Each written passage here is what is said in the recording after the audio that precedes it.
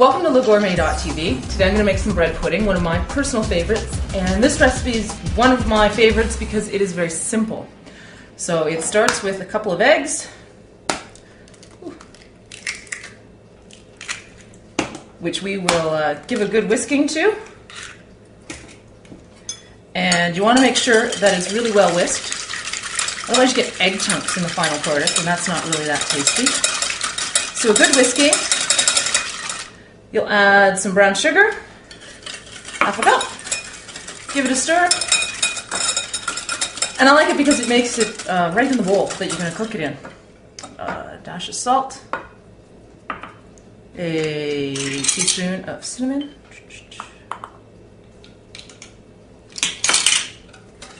Give it another quick stir. Now we're going to add 2 cups of hot milk, in which we have a tablespoon of melted butter already together. Now, like always, when you add your something hot to your eggs, you don't want to cook your eggs.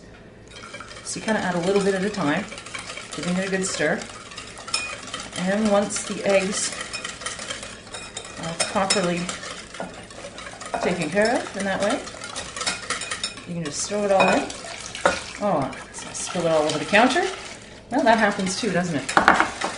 Life is life that way. The custard's ready. 2 cups of, 2 cups of cubes. Now we happen to use the butt ends of the bread. You know, when you get to the end of the bread and it starts to get dried out, we cut those into cubes and then we'll just put them in a container and keep them because we happen to really like bread pudding, as I mentioned. So you toss those in, switch it up, give it a stir, push them under. Now if you let it sit for 5 minutes, if you wish, and let them soak in, I personally like with a few raisins on top. Again, you want to push them in just a little bit because otherwise they get burnt to a crisp on the top.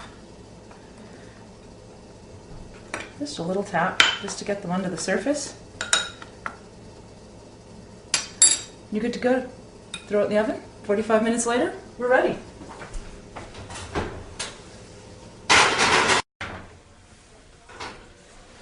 There we go. Now I must start with a quick confession. You may have noticed I forgot the vanilla. Caught that just at the last moment, brought it back out, stirred it in before anything happened. So it was a good save. Now I didn't cook it in a hot water bath. If you have an older oven or an oven that doesn't keep temperature well, that's really quite important. But with our oven, it was just fine. Now some people like to eat it cold. I personally really like it hot and warm. I also really like to eat it for breakfast.